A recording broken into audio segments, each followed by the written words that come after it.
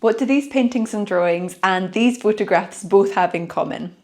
Well, they are lacking in one of my favourite things about painting, which is colour. This video is about a project or a creative challenge which I set for myself to get better at one of the most important parts of painting, value. In this video, I'm sharing with you a creative challenge I have just finished. It's 30 pieces worth of drawings and paintings that I've made in my sketchbooks or on loose leaf paper. And I've got to tell you, I think it has been really helping me get better at my painting practice. If there's one thing that brings me back to the studio and to paints time and time again, it is colour. However, I've been wanting to get better at how, why and when I use colour in my work. And so for the last 30 paintings in my sketchbooks and on loose leaf paper, I've been challenging myself to only work in black and white so that I can practice probably one of the most important elements of painting, value. Value is simply the lights and the darks in your painting, and it helps to improve everything from your use of colour to atmosphere to composition, depth, perspective. I could go on. In this video, I'm going to be sharing the materials that I used for this self-initiated or inflicted, you could say, challenge, as well as the drawing exercises I tried out and experimented with, the different mixed media processes I played with, what I learned from this project, my kind of key takeaways, and maybe some next steps. If we haven't met before, hello, welcome to this video, welcome to my channel. My name is Orla and I'm an artist and an illustrator, and I create work inspired by my love for nature and landscape.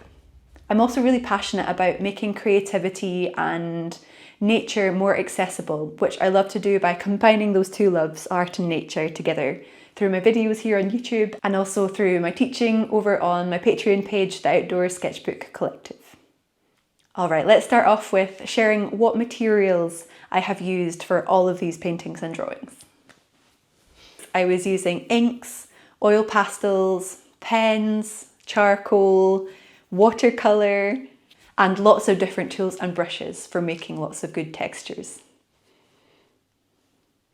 I also mostly worked in my sketchbooks and occasionally on sheets of cartridge paper. Feel free to grab a cuppa, grab your sketchbooks, grab your materials and sketch along with this video. And if you do make anything inspired by this video or other ones that I make here on YouTube, I would love to see it. If you'd like to share what you make with the wider world, use the hashtag The Outdoor Sketchbook Collective on Instagram so that we can see what each other are getting up to. You might be spotting another visual theme in all of these paintings and drawings, and that is figures in landscapes. When I was last home visiting my parents, I had a good rummage through their rather extensive collection of outdoor walking and climbing guides. These books are filled to the brim of really beautiful black and white photos of people in these gorgeous landscapes from all across the UK. So when I was home, I took lots of photos and scans of these books so that I could use the images as references to work from for something in the future. As well as value, I have been wanting to improve how I draw people and figures in landscape to be able to capture people really loosely and gesturally. Since these photos were already largely in black and white and they featured heavily lots of lovely figures doing dynamic movements and shapes, I thought that it would be perfect to marry these two different projects and focuses together and practice value and at the same time practice figures.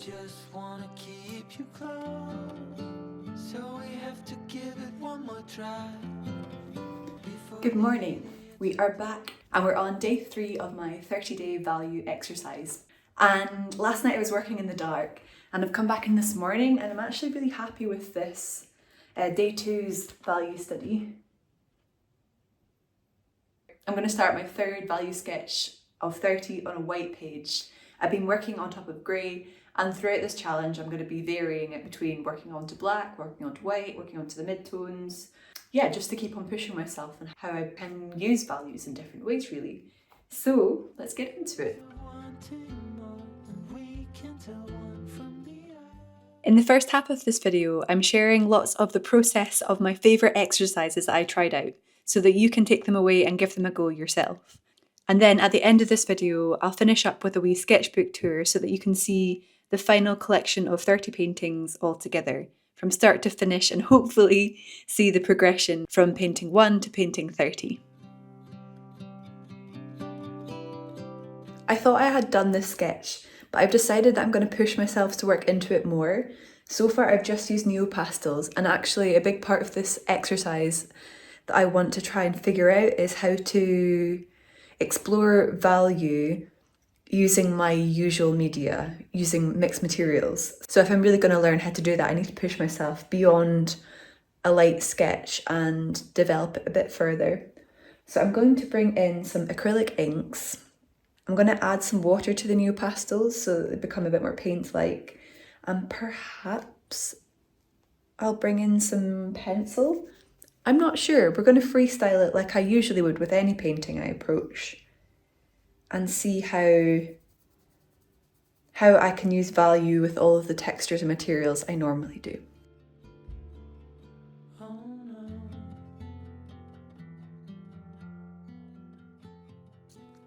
When I've got fairly long projects like this one here, the way that I keep myself motivated throughout them is to consider my project kind of like a playground.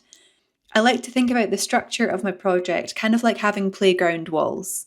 The walls are the set rules or limitations, and then everything inside that playground is free rein to go completely crazy, to have a complete play and experiment within. The playground walls, or the rules for my project this time around, have been focusing on value, of course, working in black and white only. I've also been structured in the reference imagery that I've chosen. I've set the materials that I've used throughout the project. And the subject matter, of course, has been set for me looking at landscape and figures. I just want to keep you close, so we have to give it one more try before the idiots are taking over. They're caught up in the race of wanting more, and we can tell. One of my said drawing challenges within this project was to get better at drawing figures. I'd noticed myself getting a little bit tight when I was trying to capture the human figure. So to combat this, I got the biggest brushes that I could find in the studio and gave myself a continuous line drawing exercise, meaning that I had to capture the whole body in one line, and once I took my brush off the page, that was it. From here, I decided to keep on using ink and work into these continuous line drawings and build out a bit more of a picture.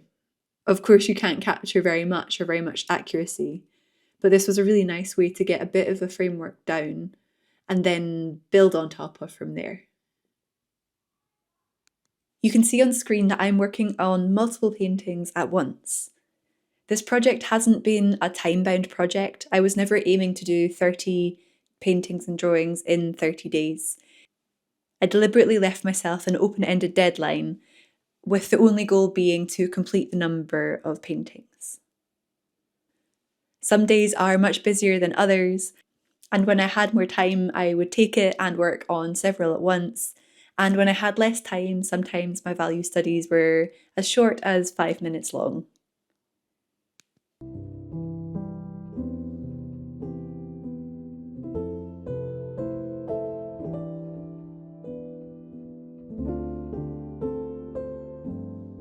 We are now in November and we're on the run up to Christmas well and truly, so I thought it would be a good time of the year to give my shop a little bit of a shout out.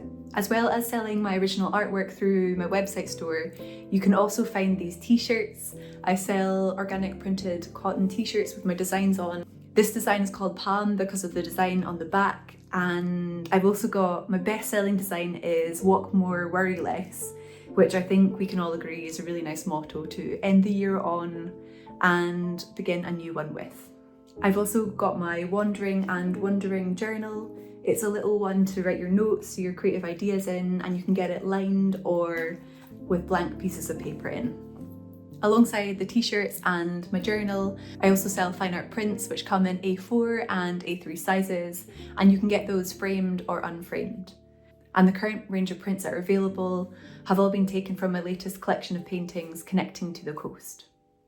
If you'd like to see all of the things I've mentioned and more, I'll leave a wee link to my website down below so that you can check out my shop. And without further ado, let's get back to the painting.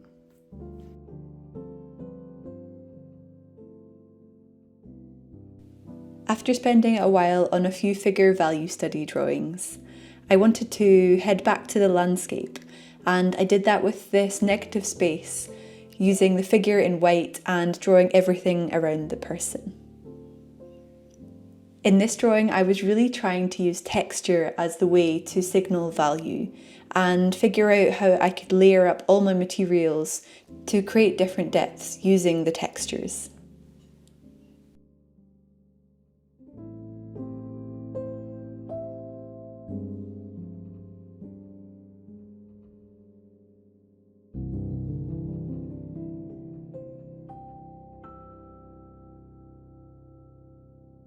Good morning. My plan is to finish off this painting here, or sketch even, and potentially to work into the other three. I'm not too sure yet. I quite like what this one is doing, but I think the parts that I'm liking are all of the textures and the negative space over the actual quality of the value study. It's not really working as a value study just yet. And I think I'm going to need to do something to improve that, because that's the whole point of this project. I'm trying to get better at my values, at getting the right gradients of lights and darks. Because at the end of the day, my aim is not to make beautiful paintings with all of these. My aim is to get better at doing a specific thing. Okay, let's get into it.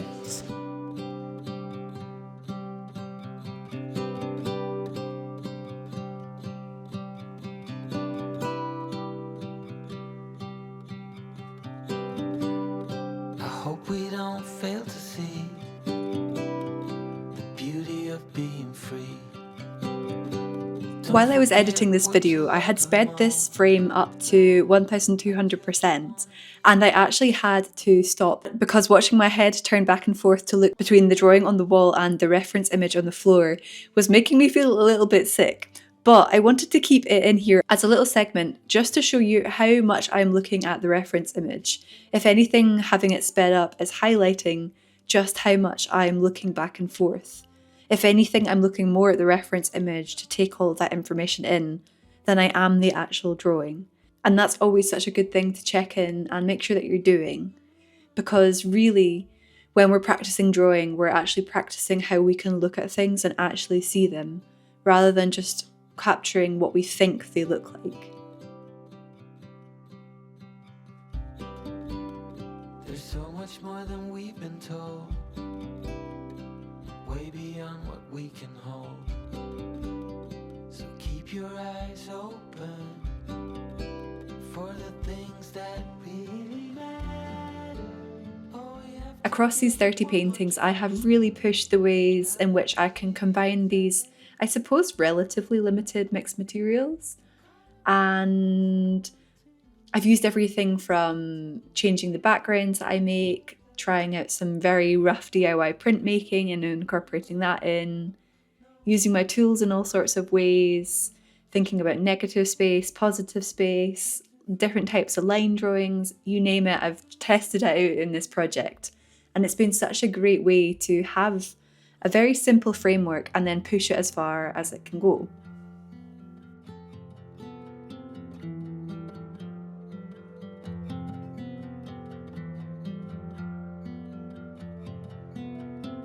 One more time before it's over.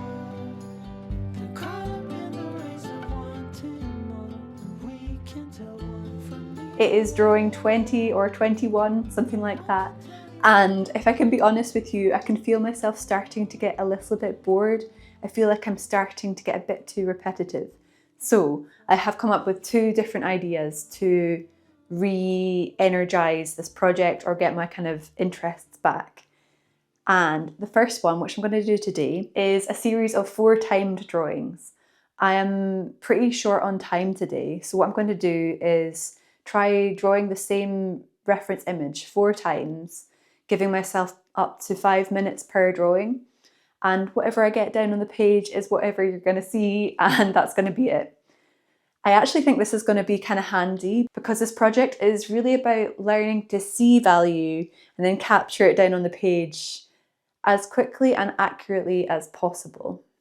In a way, I think these speedy timed drawings might actually be really helpful because it's going to be a practice of looking really quickly, trying to take in accurate information really quickly, and then transferring that down.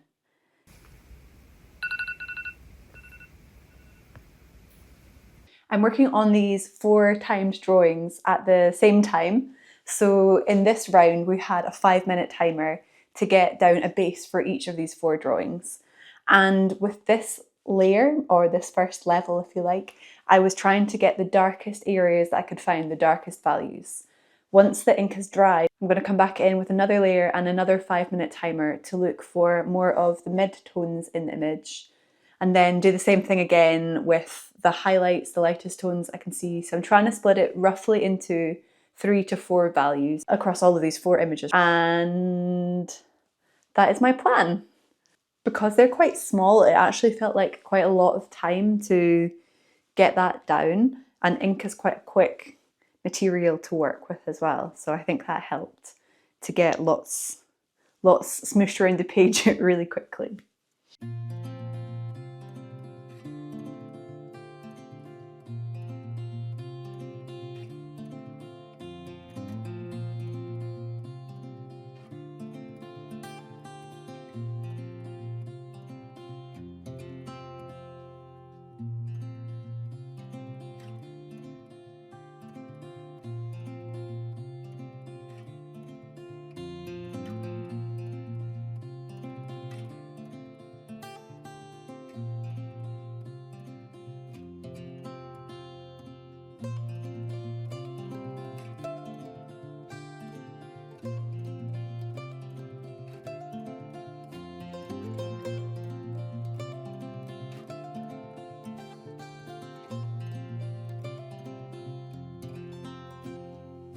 Here is where we got to in that last round. And I'm actually really pleased with it, and I've just had so much fun. That was really, really nice.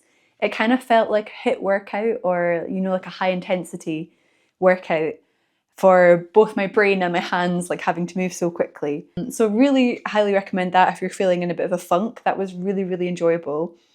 And it was so nice just to simplify things down to 1, 2, 3, 4 materials and just play with loads of textures too. I think I'm going to cut these into 4 so that I can better see them. Although I really like this, it looks like a kind of storyboard for a film. You can imagine this figure is suddenly walking off into the distance on their great adventure. But I think I'll be able to see the drawings more clearly if I do cut them down. So what I'll do is I'll take a photograph of it together like this and trim it down and stick it into my sketchbook so that I can have a bit of space around each image to see it more clearly and to see if I like anything better than the others.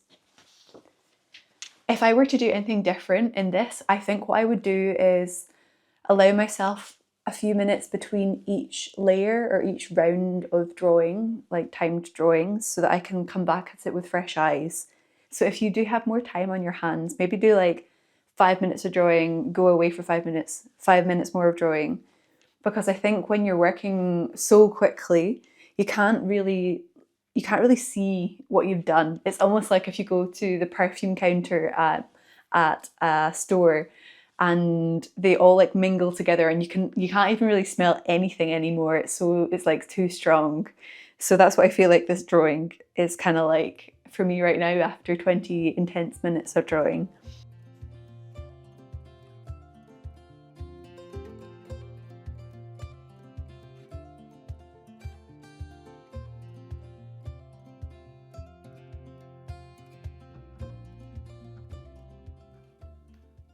All right, we are on to the final exercise that I wanted to share with you in this video.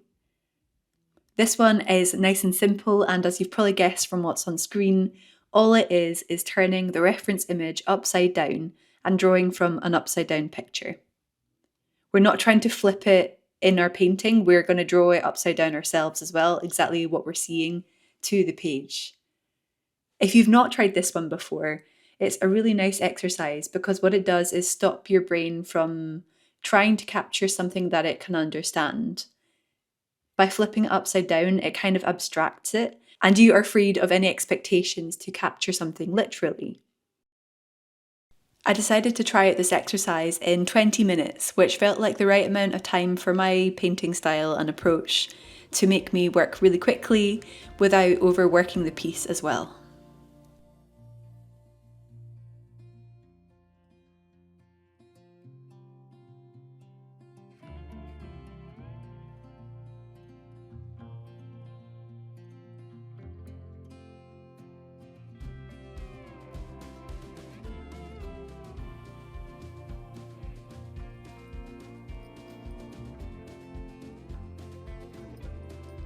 Once more, the cat has sat on the lap, which is always the marker of the end of the working day. So it's time to wrap up. But before we finish the video, I wanted to share this sketchbook tour with you of everything that I've done in this project, all 30 paintings, from start to finish.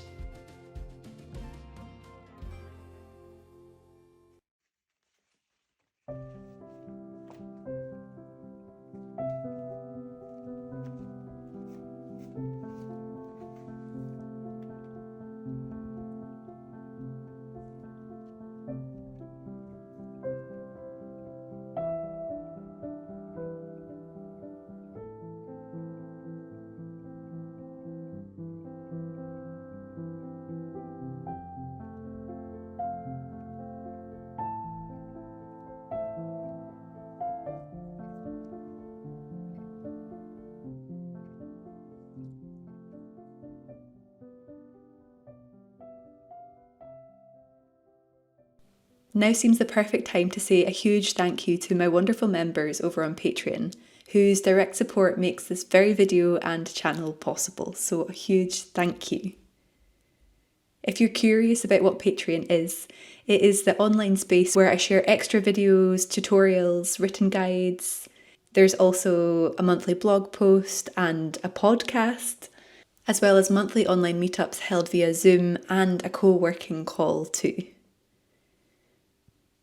If you've enjoyed this video and you'd like more tutorial style videos which go into the nitty-gritty how-tos of different processes and techniques that are going to help you play and loosen up, that's really what my approach to teaching and exploring through art is all about. You can find a wee link to my Patreon page down below in this video description to find out more.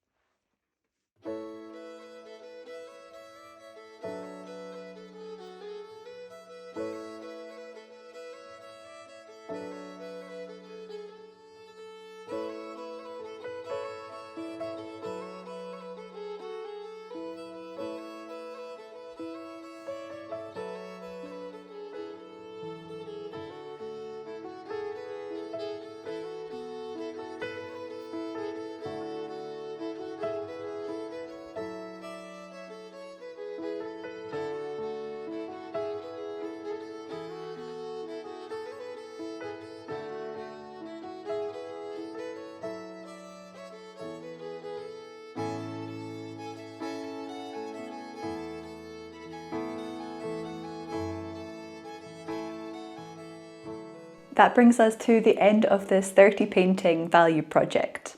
I have definitely learned so much from doing this. I'd love to hear if you're thinking about trying out a value study, maybe a painting or a whole project for yourself after watching this video. If I was to take this project any further, the changes I would make would be to continue making value studies in black and white, but looking at colourful reference imagery instead of black and white. I had this project on easy mode a little bit, with the added help of my image already being monochromatic. So I would level up the difficulty by making my reference imagery colourful again. It would be really fun to see all of these black and white drawings put into colour and starting to actually think about how to use values of colours more effectively off of the basis of this project.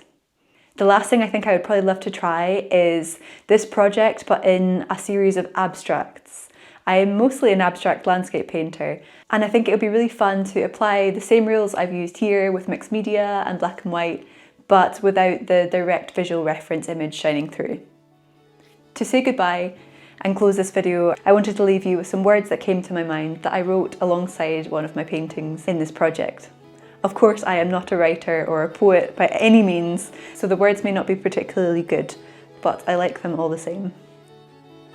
The explorer looked out over the vista to the mountains in the distance and was reminded of how big the world is. In the scale of the landscape, the explorer's worries shrunk into insignificance. Such is the reward of walking.